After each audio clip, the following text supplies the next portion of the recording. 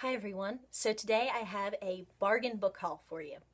I absolutely love getting great price on great books, and I got really lucky this week, so I want to share with you what I found. In our local town, there's a bargain book shop that lets you fill on Saturdays a bag this size for $14, and it's any books in the store. The proceeds benefit our local senior center, so it's great to get books and it helps a good cause. And I got 13 books for $14. Some really amazing ones. In fact, one book is more than the total price of the whole bag. I found Wonderstruck by Brian Selznick, and it's really awesome. The original price of the book is $29.99, and I got it as part of my $14 bag. So this just paid for itself. I'm really excited to read it. The illustrations inside are so cool. Right? Check that out. I can't wait to read this story. The next one I got is Lady Almina and the Real Downton Abbey. I don't know. I really think that this history is going to be interesting.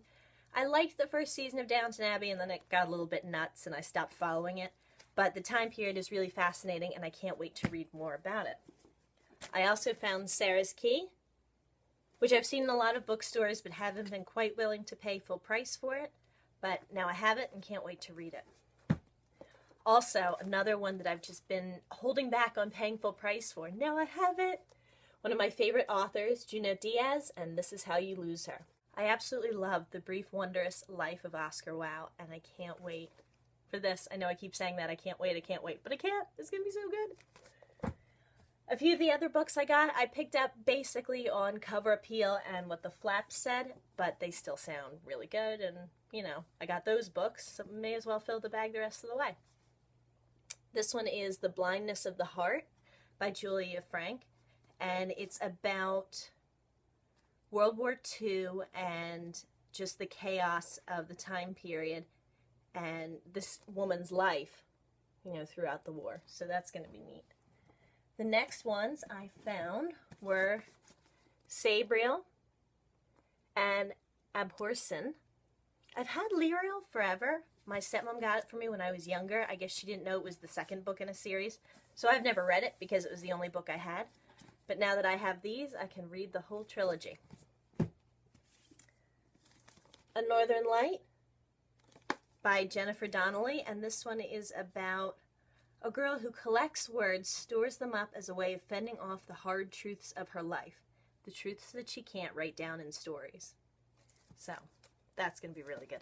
Another one is an Oprah's Book Club book, and it's Elizabeth Allen's Daughter of Fortune. And this one's all about the gold rush and heading west. I think it's going to be really cool. I've just been teaching in social studies classes. I've been helping students as they do their own Oregon Trail projects, so this time period is fresh in my mind, and it's going to be really interesting to see it from a woman's perspective. The next one is Mist. And I know nothing about this book, but it looked really, really cool. It says The Book of Atris by Rand and Robin Miller with David Wingrove.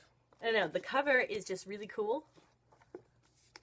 I've never seen anything quite like it.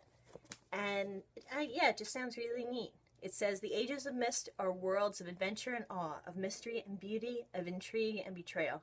You've seen only a glimpse of the picture. Now take a step further into the fictional legend of Mist. Another one is Anne Bishop's Dreams Made Flesh. And that cover is gorgeous. Look at the tiger.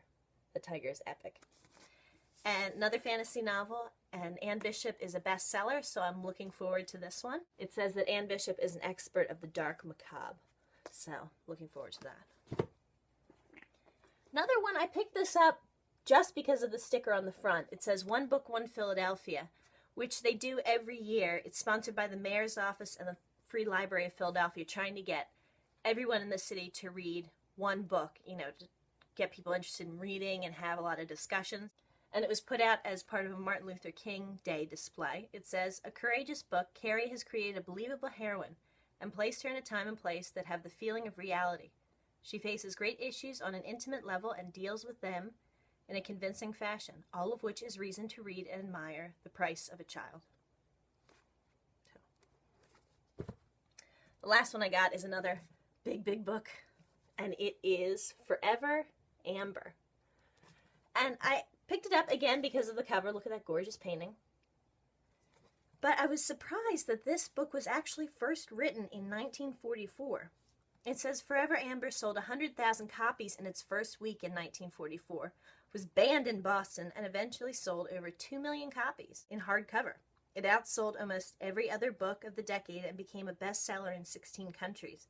A book to read and reread. This edition brings back to print an unforgettable romance and a timeless masterpiece. This main character, Amber, goes from being a prostitute to the mistress of King Charles II, and it talks about her life, her romances, how she's with the king, but he's not the man she really loves. Definitely going to be very good, and I do love big books. So that was all from the secondhand bookshop, and then I went over to Barnes & Noble and got a few also on sale. I found The Spy Mistress, 50% off, yay, which is the story of Elizabeth Van Lew. And I don't know if you've read anything focusing on Mary Bowser, but Elizabeth Van Lew raised Mary Bowser, who was a slave in her household. Mary Bowser became a slave spy in the Confederate president's household. She spied for Abraham Lincoln and helped win the war. So Elizabeth Van Lew was an abolitionist and really ahead of her time. Also on BookTube, I've heard some great things about Tempest by Julie Cross, and it was $4.99, so I thought, why not? More time traveling, love story, sounds tragic, sounds good. I also got John Carter of Mars, the first 5 novels. I figure since I'm on a fantasy kick, I may as well get into the classics, and it was only $8. And Edgar Rice Burroughs, obviously, great writer, great reputation. So I'm looking forward to that. It's going to take a while, but it's going to be great.